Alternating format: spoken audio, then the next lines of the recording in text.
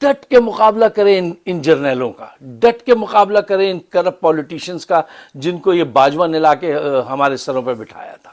ان کا ڈٹ کے مقابلہ کرے، اس سوچ کے ساتھ مقابلہ کرے کہ اگر اس راہ میں ہماری جان جاتی ہے اور پاکستان بچ سکتا ہے تو ہماری جان چلی جائے، اس جان کی کوئی بات نہیں، لیکن پاکستان بچ جائے. جب تک کہ یہ جذبہ پیدا نہیں ہوگا کچھ نہیں ہونے والا، پاکستان نہیں بچنے والا. یہ انارکی پھیلتی چلی جائے گی. کیوں؟ یہ بڑی کرونک ڈیزیز کے ساتھ زندہ ہیں آپ اس وقت. آپ ان کے رومانس میں رہے ہم، اور جب آنکھیں کھلی ہیں تو حالات آپ کے سامنے ہیں. اچھا، اب آئیے ریٹائرڈ جنرل باجوہ صاحب کے انٹرویو کی طرف. دیکھیے، آپ کو پتہ ہے یہ صاحب ہمیشہ یہ فرماتے رہتے تھے کہ ہمارا سیاست سے کوئی تعلق نہیں ہے، ہمیں سیاست سے دور رکھیے. اور اس انٹرویو میں جو باتیں انہوں نے کی ہیں وہ آپ خود پڑھ لیں تو آپ کو اندازہ ہو جائے گا کہ ان کا سیاست سے کتنا گہرا تعلق تھا، اور آج بھی یہ کارستانیاں جاری ہیں ان کی. مثلا وہ انٹرویو میں کہتے ہیں کہ طلعت حسین کی جاب میں نے نہیں چھڑوائی، اس کو تو ٹی وی پہ لگوایا میں نے تھا. صحافی ابصار عالم، طلعت حسین کو جانتے نا، ایک بڑے پولیٹیکل کومنٹیٹر ہیں، پروگرام کرتے ہیں ٹی وی پہ، جرنلسٹ ہیں. پھر کہتے ہیں وہ صحافی ابصار عالم کو گولی میں نے نہیں لگوائی تھی، وہ جنرل فیض نے یا نیچے کے لوگوں نے کر دیا تھا یہ کام. کہتے ہیں چودھری غلام حسین اور صابر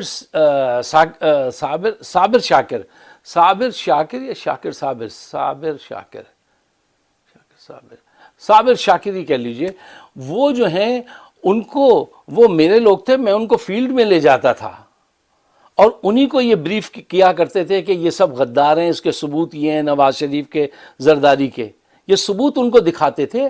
اور پھر ایک دم جب انہوں نے یو ٹرن لیا اور ان کے ساتھ مل کے لوٹنا شروع کیا تو وہ جو ہے وہ ٹھیک ہو گئے اور وہ غدار ہو گیا جو صاحب نصاب بالکل صحیح آدمی تھا، عمران خان.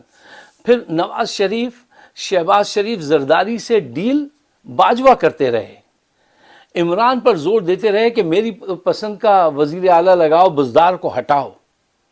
پرویز الہی سے کہا تم پی ٹی آئی میں چلے جاؤ، ایم کیو ایم سے کہا تم ان کا ساتھ چھوڑ دو، تم نئے گروپ میں چلے جاؤ. مجھے بتائیے، دیانتداری سے بتائیے، سچائی سے بتائیے کہ آرمی چیف کا یہ کام ہے کہ وہ دن رات ان مشاغل میں مصروف رہتا ہے کہ یوٹیوبرز ملاقات کرنے آ رہے ہیں، ان سے مل رہے ہیں، فلاں جرنلسٹ آ رہا ہے اس سے یہ لکھوا رہے ہیں، فلاں کو کہہ رہے ہیں تم یہ پروپیگیٹ کرو، فلاں کو کہہ رہے ہیں تم اس کو اس عہدے سے فارغ کر دو. یہ آرمی چیف کا کام ہے.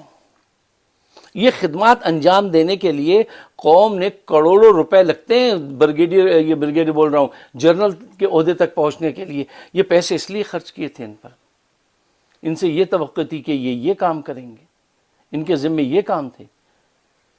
یہ کام نہیں تھے. ان کو کشمیر پہ توجہ دینی چاہیے تھی، فوج میں نئے جدید پروگرام متعارف کرانے چاہیے تھے. ان کو چاہیے تھا کہ ریسرچ ادارے بناتے فوج کے اندر، کیونکہ دیکھیے اب وہ زمانہ تھوڑی رہا ہے کہ پرانے زمانے میں خندقیں کھود رہے ہیں، خندقیں بھر رہے ہیں اور توپ چلے گی اور ٹینک چلے گا. اب توپ نہیں چلے گی، ٹینک وینک نہیں چلے گا، ڈرون ٹیکنالوجی کا زمانہ آ گیا ہے. اب تو مختلف ایسے طریقے آ گئے ہیں کہ جو بالکل ہی آپ کے پاس نہیں ہیں، ان کو حاصل کرنے کی تک و دو کرنی چاہیے تھی. لیکن یہ تو تک و دو کچھ اور چیزوں میں کرتے رہے. جب یہ ریٹائر ہوئے ہیں تو ان کی بیگم صاحبہ کے، ان کے پاس 12 بلین سے زیادہ پیسے ہیں. مجھے بتائیے، اب وہ انڈیا کا وہ ریٹائر ہوا تو اس کے پاس 26 لاکھ روپے تھے. مطلب اتنے بڑے پیمانے پہ خورد برد ہوئی ہے. اور اب یہ موجودہ صاحب جو آئے ہیں گونگے بھائی، یہ بھی اسی کی پالیسیز کو لے کے چل رہے ہیں. ان سے امید تھی کہ یہ آئیں گے تو اس لوٹ مار کو روک دیں گے اور ایک نیا سفر شروع ہوگا، لیکن نہیں. یہ انہی کے احسانات کے ساتھ ہیں اور انہی کے کہنے پہ چل رہے ہیں اپنی گونگی پالیسی لے کر، اور سب کچھ ویسے ہی ہے، کچھ نہیں بدل رہا. روز بروز معیشت خراب سے خراب تر ہوتی جا رہی ہے. ان کی وہی ضد ہے, وہی انا ہے, ہم اس کو قتل کرائیں گے. بھئی کیوں قتل کراؤ گے تم کیا سمجھتے ہو ہر وقت تمہاری چلے گی؟ وہ پوری دنیا میں اس کی عزت اتنی ہے, آج تک کسی پاکستانی لیڈر کی اتنی عزت نہیں تھی جتنی پہچان اور جتنی عزت آج اس کی ہے. اور پاکستان کو جو آج فائدہ پہنچا سکتا ہے, سب سے اہم بات یہ ہے, ان کرائسس میں اگر کوئی نکال سکتا ہے اللہ تعالیٰ کے حکم رحم سے, تو وہ پاکستان کی عدلیہ اور عمران خان کے ساتھ کروڑوں لوگ اگر مل کے کام کریں تو ہم اس سے نکل سکتے ہیں. ورنہ پاکستان مختلف گینگز میں بٹ جائے گا. فوج کے اندر یہ تقسیم ہو چکی ہے. میں بہت زیادہ تفصیل سے اس پہ بات نہیں کرتا ہوں, وہ مناسب نہیں ہوتی ہے, لیکن یقین کیجئے ذہنی طور سے تقسیم ہو چکی ہے اور یہ اپنے انجام کو پہنچیں گے. دیکھیے, بدی کو آپ زیادہ دیر تک جو ہے پریویل نہیں کر سکتے.